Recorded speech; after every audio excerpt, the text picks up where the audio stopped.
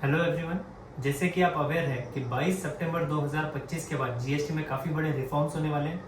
तो आज मैं आया हूँ आपके पास नया क्वेश्चन लेके। सवाल ये है कि मैं अगर मटेरियल 22 तारीख के बाद खरीदता हूँ तो क्या ऐसा हो मुमकिन है कि मुझे वो मटेरियल पुराने रेट में ही मिल जाए।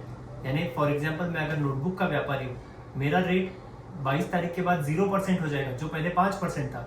मैं मटेरियल खरीदूंगा 22 के बाद, लेकिन फिर भी क्या मुझे वो 5% में मिल सकता है? तो जानते हैं, इसे समझ के लेते हैं डिटेल में। ये डिपेंड करता है मेनली 3 फैक्टर्स पर। Number 1, date of supply of goods और सर्विस, यानी आपका गुड्स और सर्विसेज का एक्चुअल सप्लाई का डेट क्या है। नंबर 2, डेट ऑफ इनवॉइस, यानी आपके इनवॉइस का तारीख क्या है। और नंबर 3, डेट ऑफ पेमेंट, यानी आपने उस गुड्स और सर्विस के लिए एक्चुअल पे कब किया है। सबसे पहले तो ये समझ लेते हैं, इसे दो कैटेगरी में करते हैं कि आपका सप्लाई ऑफ गुड्स और सर्विस ये या तो 22 तारीख के पहले है या 22 तारीख को या उसके बाद है। ऐसे दो रिजिम में रहेगा।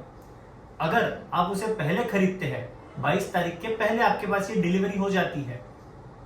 अगर आपका गुड्स और सर्विस ये 22 तारीख के पहले है तो अब इंपॉर्टेंट हो जाता है डेट ऑफ इनवॉइस और डेट ऑफ पेमेंट। अब इसमें सिर्फ 4 पॉसिबिलिटी है। या तो आपका डेट ऑफ इनवॉइस ये 22 के पहले है और डेट ऑफ पेमेंट भी 22 के पहले है, तो आपको ओल्ड रेट एप्लीकेबल होगा।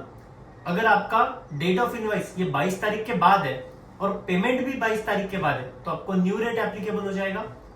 अगर आपका इनवॉइस का डेट 22 तारीख के पहले है और पेमेंट 22 के बाद है, तो आपको ओल्ड रेट एप्लीकेबल हो जाएगा। और अगर आपका इनवॉइस का डेट ये 22 के पहले है और पेमेंट 22 के बाद है, तो आपको ओल्ड रेट एप्लीकेबल हो जाएगा।